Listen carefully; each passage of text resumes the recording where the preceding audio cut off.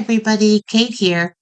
I am unboxing the MozArt Komorebi Watercolor set today, and I will be doing some swatches. And after this video, I've got a couple in the pipeline with some paintings that I've tried. So straight out of the box, I really like the tin, although it got a slight dent in shipping, but it doesn't really matter for the purposes of this video or my use. And it has a nice swatch paper on the inside with all of the colors and numbers. And I was really impressed with the size of the pans inside. They're slightly larger than full pan size, and they look really pigmented. And it's got a little nice note on top and a plastic cover that is covering up the paints.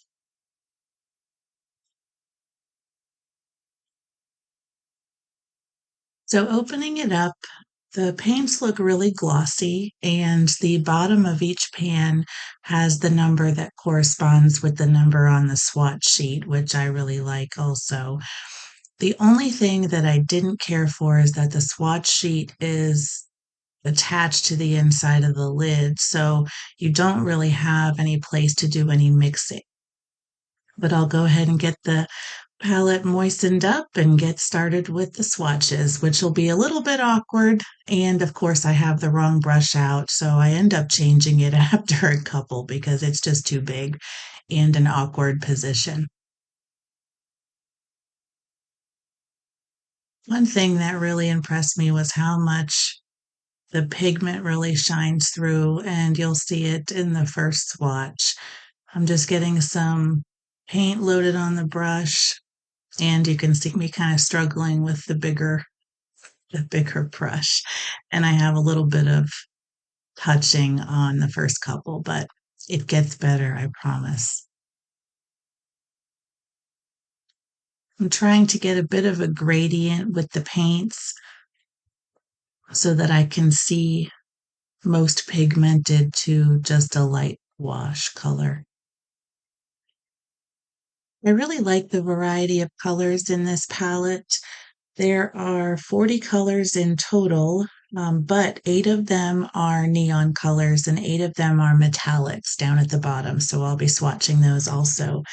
There's a good amount of convenience colors, especially if you're mixing your own. I think you have a really nice color selection here, but it's also just ready to go if you want to work on a project right away.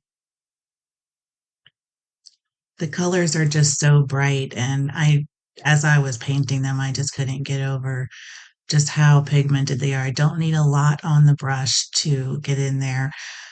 The pans are a little dry, even though I sprayed them, so I'm just trying to get them extra moist with my brush. But once they're moistened up, they really load up nicely onto the brush.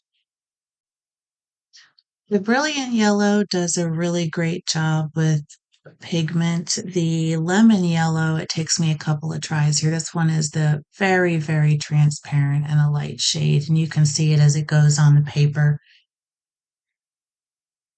I think the greens and blues are some favorites. That grass green is a really nice color, a little bit muted, and so is the olive green that I'll swatch next.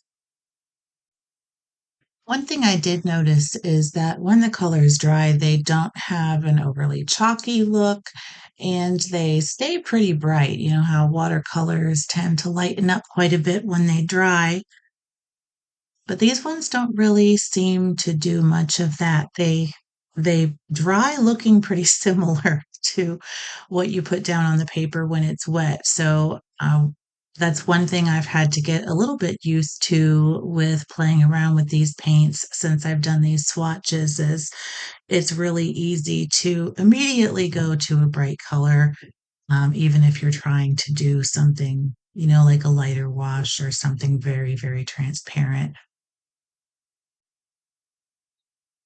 Now, there were a couple of slightly disappointing things about the browns, especially the burnt umber, and you'll probably notice it as I continue swatching, and the color kind of sits there wet a little bit. But It seems to have a little bit of pigment separation.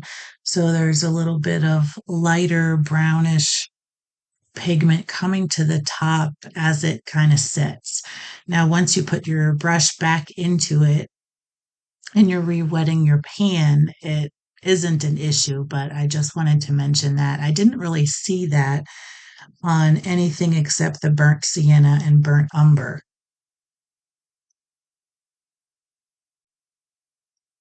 Now, the neon colors kind of blew me away.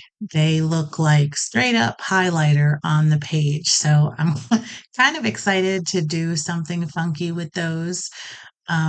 It is just insanely bright, and I don't know if the camera actually does it justice, especially with the neon red, and the neon yellow really is just like a highlighter.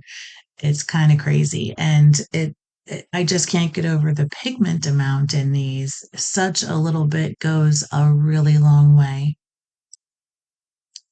The neon blue compared to the other neon colors was a little bit underwhelming, and the neon green is a little bit light colored compared to the others. But as far as on their own, they would be pretty pleasurable to use, but it isn't quite as bright as the oranges, reds, and yellows in the neons.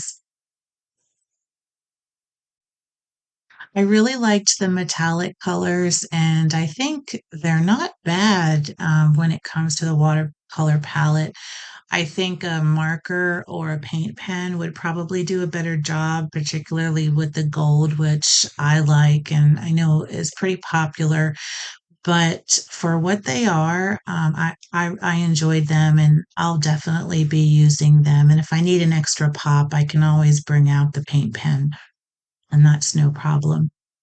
And it's hard to tell just while you're watching the filming, but when you hold it up to the light and kind of move it around a bit, you really can see the metallic sheen on it.